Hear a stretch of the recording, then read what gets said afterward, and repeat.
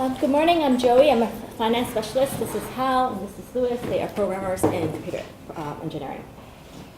The goal at Money Jars is to teach elementary age children ages 6 to 10 about financial literacy and the 3 S's, saving, spending, and sharing using digital money jars. So the idea of spending is that money does not grow on trees. We have to make choices, and they're tied to short-term purchases. Saving is the idea that money can be put aside for long-term purchases, and it's tied to financial goals. Sharing is the idea that you should not only spend money on yourself, but on others as well. So this is important because financial literacy is a core skill to have in today's modern society. 50% of adults have low levels of financial literacy. So the idea is that you teach children when they're young, so when they're before bad habits are formed as adults, and they can in turn teach their children when they become parents.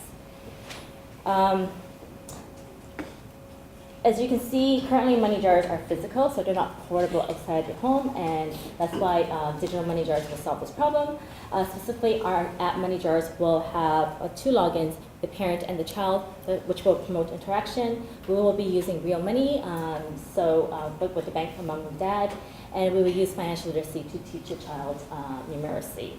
And finally, the child's limited to the amount of money is actually in the jars.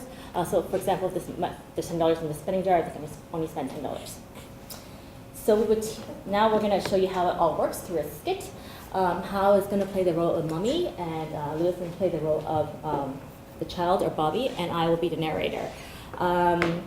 So I will be using time in and time out to narrate as well. So imagine now that we're at the pet store and mommy and Bobby's there. Great. So, mommy, this puppy is so cute. I want to buy it. Let me check the balance in your money jars. Oh, you only have $10, but it's cost $200. You don't have enough money. Mommy, I know I don't have enough money right now, but I can set up a long-term goal in my savings money jar. That's a good idea. So let's go ahead and do that. First, take a picture of the puppy,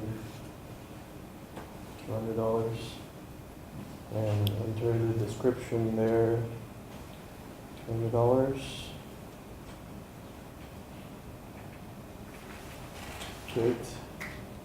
So time in, and it's important. Disconnect. Try reconnecting. Try whatever This one's screen. oh.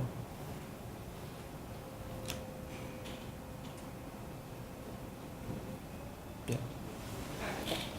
Uh, Keep it on. Yeah. Don't let the screen turn on. Oh. Just keep going. Have your phone on the small. Time in is important that Bobby sets his own financial goals because studies show that he learns best if he's able to make his own decisions. So it's been 12 months now, and Bobby's close to saving up for his puppy. He has saved $180 during this time. He still has $10 in his spending jar. So we're going to show you how he can reach his goal by getting a $10 gift from his mom for mowing the lawn. Again, it's important that Bobby does his math correctly because financial literacy and numeracy are positively correlate to each other. So Bobby, let me send you $10.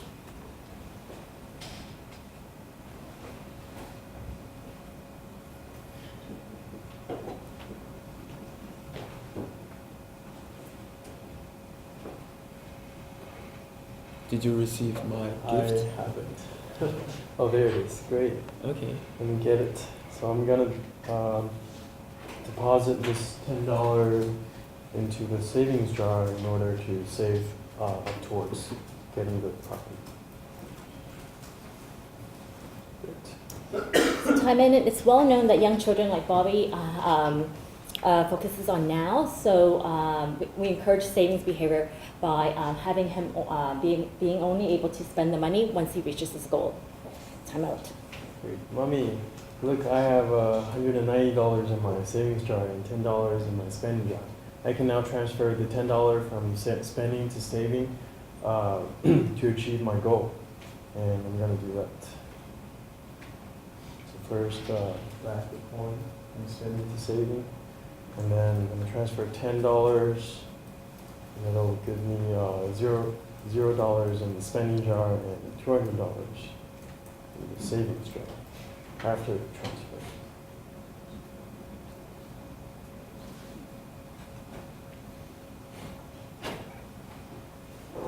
Great. And now I receive a notification saying that I've saved 100% towards getting a puppy. And if I go to the goal view, yeah, it's in falling stuff. Oh, that's fantastic, Bobby. Let's go buy the puppy. Time in. Sometimes mommy doesn't have all the answers to, regarding money, so Money Jars provides tips. Time up. So let me check some tips in the spending section in the financial lessons. Oh, the tips tell me that real money should be used to show the child that money is not free, especially in the cashless society. So let me give $200 to puppy to buy the puppy.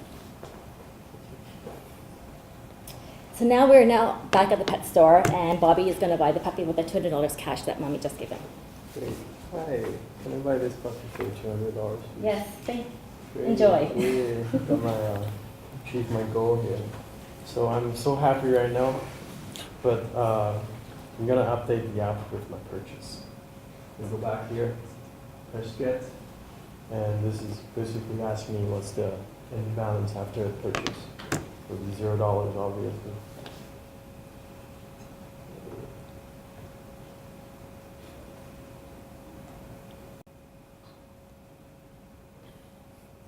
That's the middle one.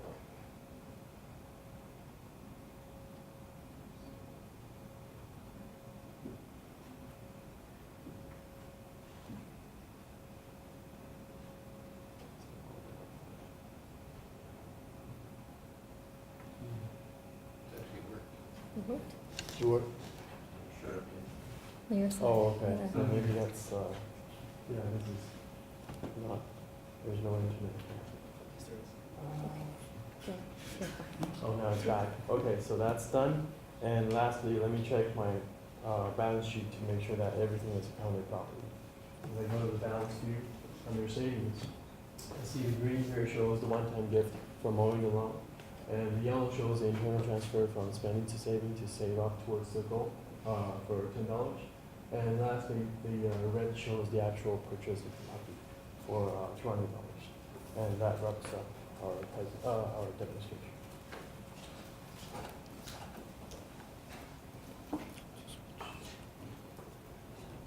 So here is the overview of the structure and software.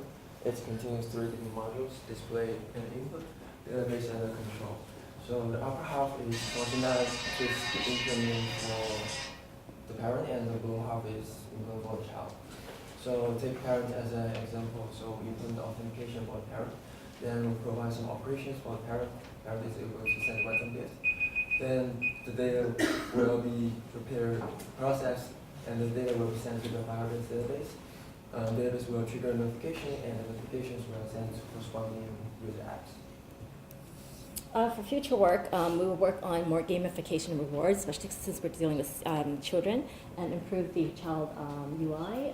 Finally, we'll improve financial lessons by integrating more day-to-day activities. In terms of key learnings, the main one for me is that multidisciplinary expertise is very important. While I'm a specialist in finance, I'm not a specialist in childhood financial literacy. Had I known it's going to take so much time to do research, I probably would have stuck with adult financial literacy. In the future, I think it might be interesting to be able to allow a specialist partner with another specialist to form a group. And the key learnings from the programmer's aspect would be, first of all, it's the Android programming style. Since for both programmers, we're newbies to the Android programming world. So when we're actually implementing the coding, we've faced coding structure problems. So maybe in the future, it'll be beneficial for us to first maybe take a few lessons on like what's the conventional good way of like coding in Java before actually diving into the work.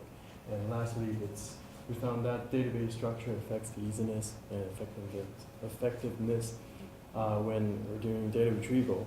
So maybe in the future, it'll also be beneficial before coding to have a structured database before moving onwards. And that's Thank you.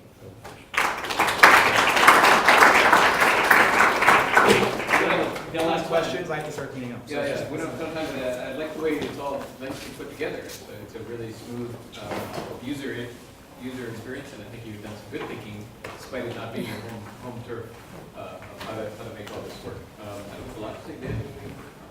Not that okay? All right, thank you.